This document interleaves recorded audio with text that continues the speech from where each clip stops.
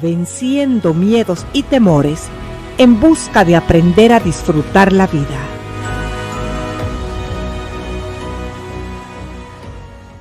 Licenciada Valiente, gracias una vez más por aceptar nuestra invitación. Gracias, para mí es un gusto estar aquí con ustedes. Bueno, amigos, la mente, las emociones, el alma, el cerebro, lugares y laberintos de luz o de oscuridad. Entremos en ellos. Fabiola, en el programa anterior dijimos que ahora hablaríamos sobre la etapa de la fecundidad o de la toma de acción, porque estamos hablando de las etapas del duelo, ¿verdad? Sí, así es. Entramos en las dos últimas etapas, que son las que equivalen a la cicatrización de la herida, que son la fecundidad y la aceptación. Tú sabes que a través de nuestras pláticas aquí en la radio, descubrí por qué me había estancado en ciertas etapas del duelo de mi mamá. Claro, sí, porque como estamos tratando esto, así es. Sí, qué bueno. Bueno, Fabiola, hablando de la fecundidad, porque esta etapa me suena como a nacer de algo nuevo, como fecundar algo nuevo. Así es. Esto ya me gusta más. Sí, esta es la etapa donde todos queremos estar, ¿verdad? Pero no queremos pasar por lo anterior. No podemos saltarnos el camino. No nos lo podemos saltar, exacto, ¿verdad? A ti y a todos los que estén de duelo, necesitamos saber que no nos podemos saltar los procesos, las etapas, y que el proceso más doloroso pasa para llegar aquí. Y aquí es cuando empezamos como a respirar, ¿verdad? Porque en la fecundidad empezamos a conectarnos de nuevo con la vida, por eso se llama fecundidad. Y por eso en este momento sentimos de nuevo o empezamos a sentir la necesidad de dar a otros, ¿verdad? Fíjate, la etapa anterior nos tenía sumidos en el ensimismamiento, donde yo solamente puedo ver mi dolor y yo no veo más que eso y ni me interesa y ni puedo ver más allá. No puedo ver más allá de mi dolor. No es que no me interese, creo que no puedo. Así es. Y aunque yo diga no me interesa, estoy en mi derecho en ese momento a que no me interese. Pero aquí en cambio, ¿verdad? Empiezo a ser capaz de poder ver de nuevo hacia afuera. Entonces puedo empezar a ver a otros y las necesidades de otros. Y ahí entonces empiezo a ser capaz de ayudar, de tender la mano, de lo que estoy pasando, poderlo compartir con otros que también están en la misma situación. Eso, que están en la misma situación. Y el dar es un principio universal que trae en sí mismo sanidad y liberación. Eso pienso yo. Así es, sí. ¿Verdad? Que es trae un principio. Sanidad y liberación. Sí. El dar a otros, aún en medio de mi dolor, trae sanidad para mí y sanidad para otros. Mi mamá decía un dicho popular: las campanas dicen dan, darán. Ahí está ilustrando el principio, ¿verdad? Sí. Y aquí, fíjate, empiezo primero dando a la persona que ha muerto, a la persona que se ha ido, que ya no está. ¿Cómo? Haciendo una identificación con esa persona. Y esta identificación consiste en que empiezo a ver en qué cosas nos parecíamos. Y aquí temporalmente podemos llegar a ver a la persona muy por encima de lo que en realidad era. Es decir, que le atribuimos cualidades que en realidad no tenía o no las tenía en esa medida, ¿verdad? Desmedida que ahora le estoy dando. Incluso a ojos de los demás, yo hago parecer a esa persona mejor de lo que fue en vida. Es que era buenísimo, buenísima. O la hago parecer mejor de lo que fue mientras duró la relación, ¿verdad? Y la gente que te conoce y que conocía a la persona y te escucha, pueden pensar que estamos hablando de otra persona, que tu ex o que el difunto no era así, que no era tan nice o tan especial como lo estamos pintando en ese momento de la idealización. Pero la idealización es parte del proceso. Pero ¿con qué propósito hacemos esto? Con el propósito, fíjate, de hacer ahora mías algunas de las cualidades o aspectos de la persona. ¿Por qué? Porque necesitamos dejar algo de ella o de él dentro de nosotros. Eso no ha pasado en vano por nuestra vida. Algo de ellos quedará dentro. Entonces aquí empieza ese proceso. Prefiero que quede algo bueno y no algo malo para que no me dañe. Y como la mente tiende a funcionar mucho con el efecto del péndulo, ¿verdad? ¿Qué es eso? Primero, ¿Qué es eso? El péndulo es que primero exagero algo, me voy al extremo, pero luego voy llegando a su punto medio, a su equilibrio. ¡Qué interesante! Por eso es que primero en este momento de identificación idealizo, pero después voy a ir bajando esa idealización, como aterrizando, ¿verdad? Más en la realidad.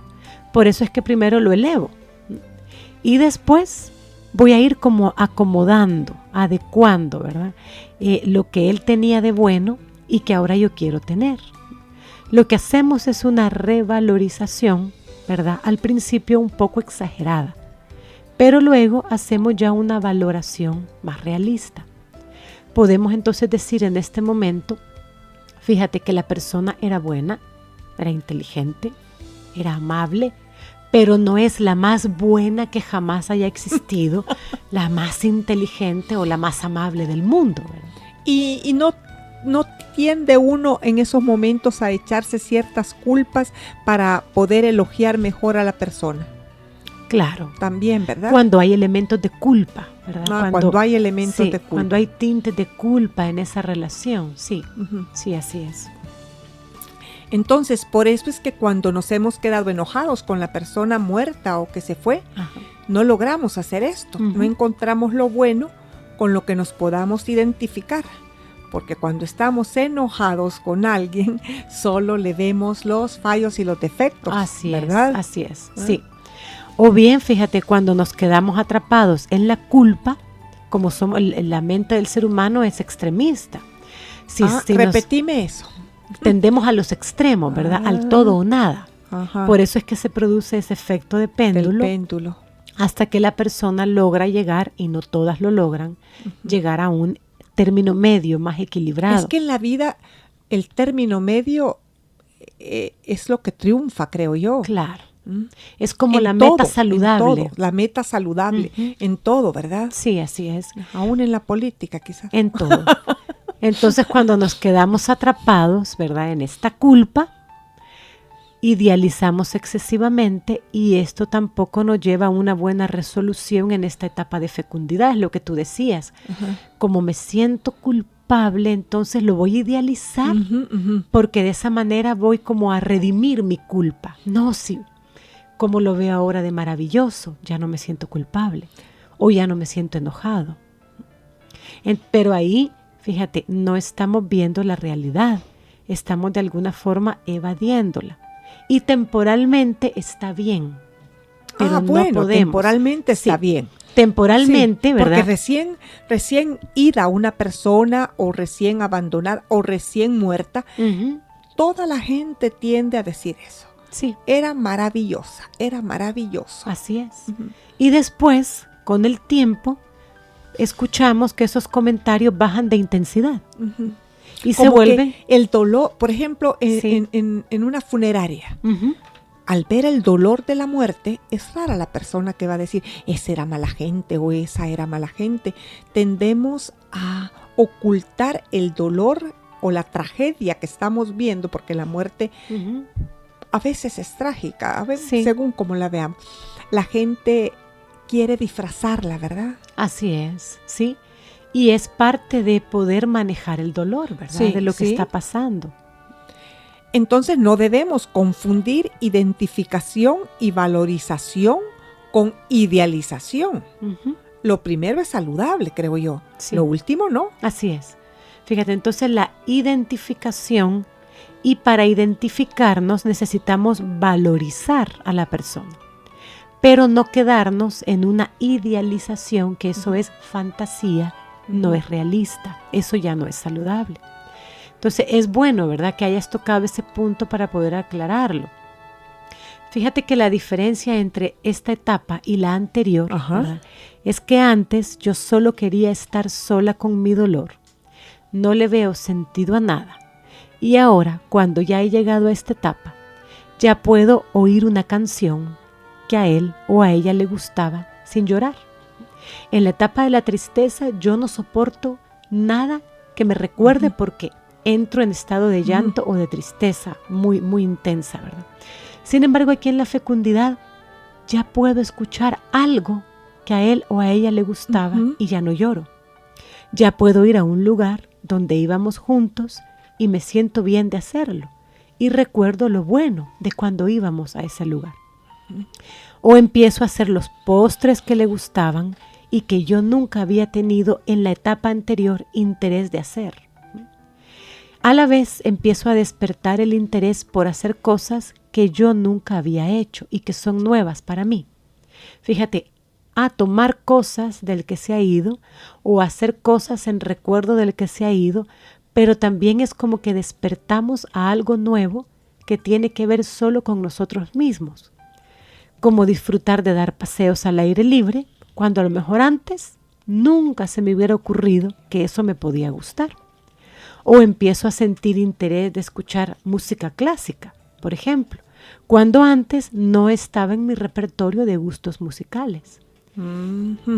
Y fíjate, esta es la cuota de identificación, buscar parecerme al que ya no está y a la vez ir encontrando aquello que me diferencia del que ya no está y que me hace ser solamente yo misma o yo mismo.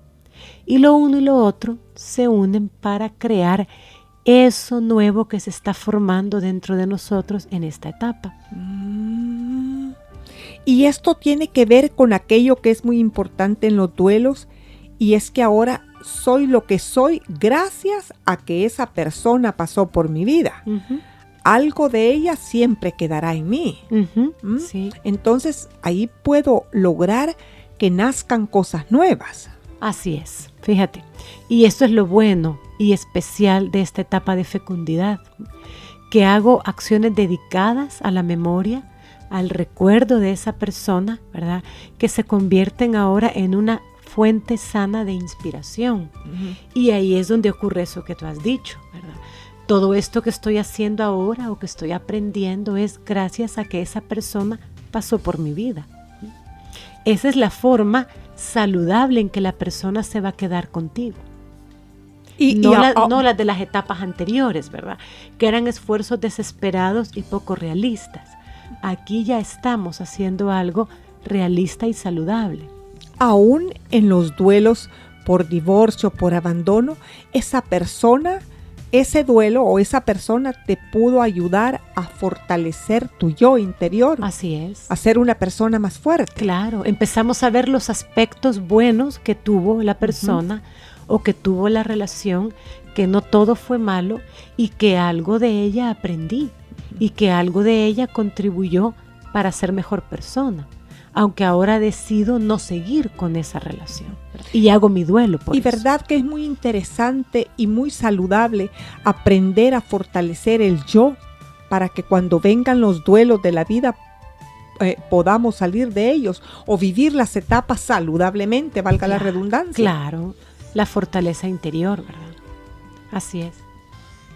Estoy pensando, Fabiola, que esto es lo que hacen las fundaciones en honor de alguien. O, por ejemplo, hacer un concierto en memoria de un músico o ponerle el nombre de esa persona a un colegio, universidad o en actos pequeños de la vida diaria. Así es. Cosas que hacemos en honor o en memoria de la persona, ¿sí? Se hacen en esta etapa. Y es bueno, es saludable. Esa es la cuota saludable de identificación que estamos haciendo. Tomando esos aspectos buenos, aquello que vale la pena destacar de la persona. Y lo estamos haciendo por eso. Y fíjate, es constructivo. Es salir del dolor donde antes estábamos, ¿verdad? Y ahora ser capaces de hacer acciones como estas que tú has mencionado. Aquí es donde también hablamos de los grupos de ayuda. Por ejemplo, padres. Eso es importante, Sí. sí. Lo que decíamos antes, en los duelos, los grupos de apoyo, los grupos de ayuda son fundamentales, ¿verdad? Por ejemplo, grupos de padres que han perdido hijos Ajá. por cierto tipo de enfermedades, Ujú. grupos de mujeres viudas, ¿sí? Y poder entonces alentarse unos a otros en este camino que ellos ya han pasado, porque es muy valiosa la ayuda que pueden brindar personas que han pasado por ahí. Por ejemplo, los padres de un hijo que muere de cáncer Ujú. Sí. son muy valiosos a la hora de ayudar a otros padres que están sufriendo el mismo tipo de duelo. Los grupos de ayuda, yo creo que en todos los aspectos son muy saludables. Son muy edificantes. Sí, muy edificantes. Así es, sí, los recomendamos. Es volver a lo que decíamos, Fabiola, convertir el dolor en acciones que ahora ayuden a otros y a mí misma. Definitivamente, elaborar bien un duelo nos convierte en mejores personas, como hemos dicho, porque crecemos en el proceso. Así es. Y este es Y el al duelo. final. Sí, así es. Antes, durante y después, ¿verdad? Ajá, ajá. Y este es el duelo fecundo. Pasar de solo el dolor a poder sublimarlo, ¿verdad? Es decir, que lo convertimos en una historia que le dé sentido a nuestra propia vida y a la de otros. Ha sido interesantísimo, Fabiola, todo lo que nos has explicado, y dejaremos para el próximo programa el broche de cierre final, la etapa de la aceptación, así es, ¿verdad? Sí. Aceptación. Sí, Y entiendo que al llegar a la aceptación habremos terminado de recorrer este camino y cerramos el duelo. así es. Gracias, Fabiola, y gracias a ustedes que han estado en sintonía con ustedes. Espero que nuestras palabras hayan sido de ayuda y apoyo.